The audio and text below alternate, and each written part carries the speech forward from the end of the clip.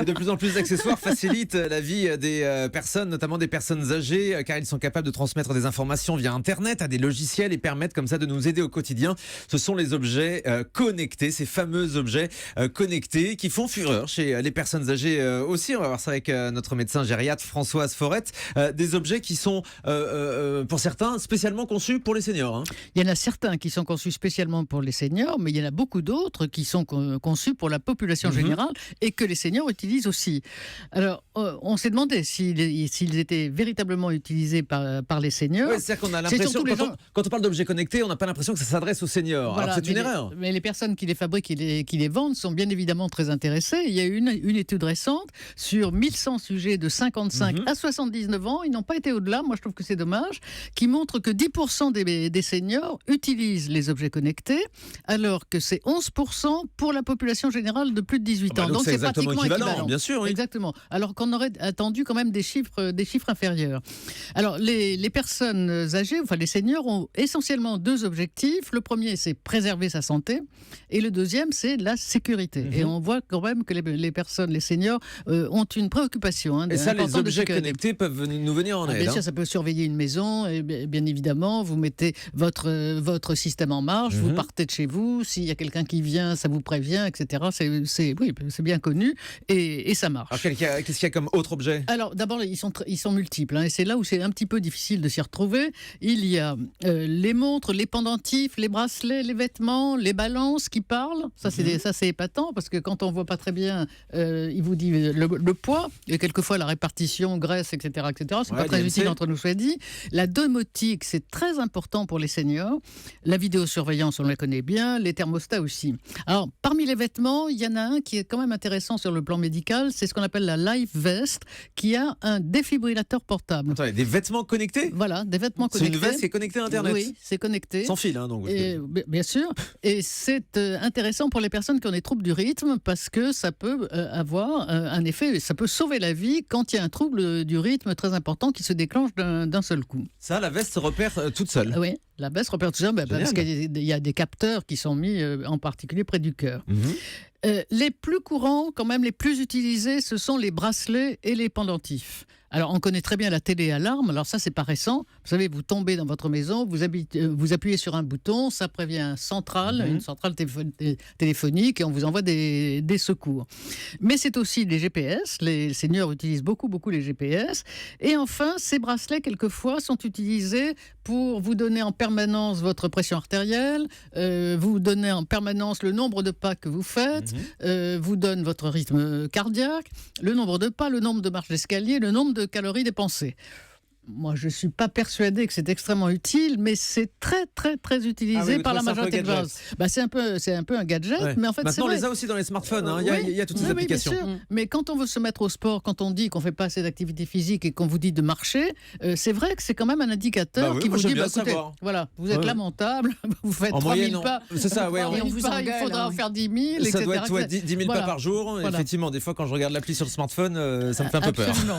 Alors, il y a aussi les lunettes Apple qui vous mettent directement en rapport avec Internet alors que vous marchez. Ça, c'est pas du tout pour les seniors. Oui. Par contre, il semble que ce soit très intéressant pour les enfants autistes. Oui, c'est les Google Glass, c'est pas Apple, c'est Google qui fait ça. Google, Google Glass, absolument.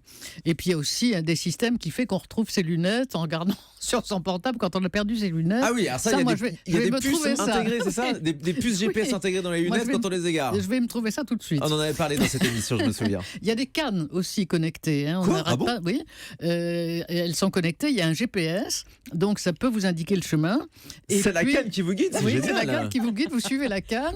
Et c'est quand même intéressant aussi pour les malvoyants ou non-voyants, parce que ça peut vous indiquer... très forte utilité, bien sûr. Oui, ça peut vous indiquer les écueils sur la route, etc. Donc vous rentrez votre trajet, ensuite c'est la canne qui vous guide, première à droite, première à gauche, allez tout droit, d'accord. Et c'est aussi des cannes de géolocalisation. Alors là, c'est un petit peu embêtant, parce que quand vous sortez de votre travail, par exemple, votre femme peut savoir où vous allez immédiatement.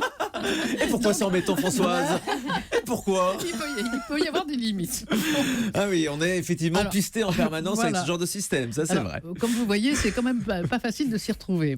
Alors, parmi les seniors, 46% les utilisent pour leur santé, 33% pour la sécurité, comme nous l'avons dit, 22% pour se déplacer, 6% seulement pour une activité sportive. Oui. Alors, quels sont les freins? Les freins, c'est d'abord le coût.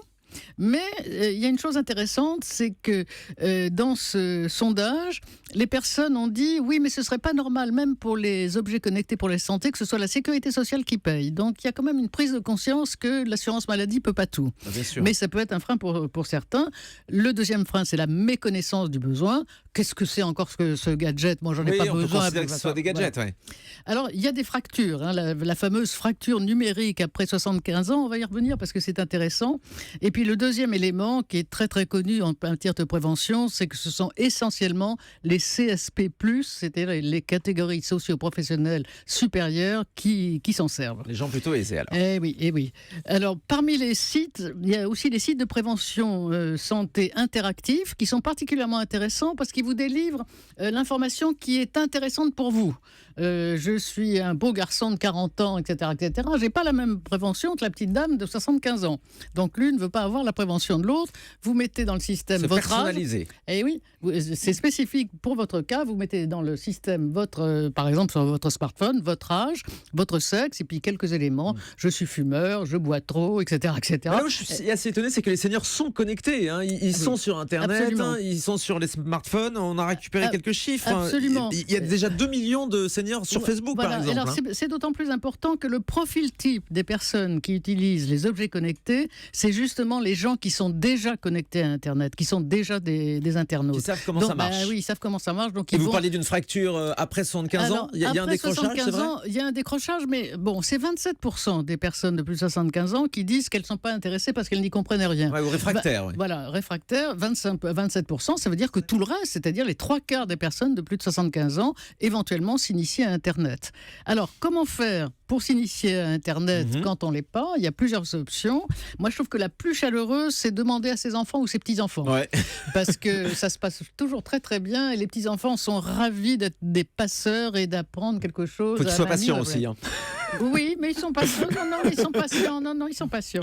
Alors, la plus conviviale, je trouve, c'est les ateliers organisés par les municipalités. Alors, ça, en général, c'est gratuit. Vous savez, il y a des clubs de personnes âgées et il y a des enseignements à Internet. C'est sympa. La plus amicale, c'est les associations. Il y a une association formidable qui s'appelle Hold Up, qui est dirigée par des plus de 80 ans. Pour les plus de 80 ans, ils font ça aussi.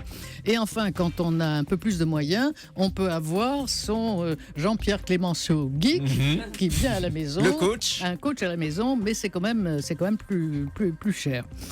Les plus âgés, les très âgés, qui sont dépendants, alors là, en général, c'est l'aidant qui s'occupe de l'objet connecté, oui, on comprend bien. que ce soit la domotique, etc. En tout cas, on a vu ce matin que les seniors peuvent être connectés les avec objets tous ces connectés ont de beaux jours devant eux.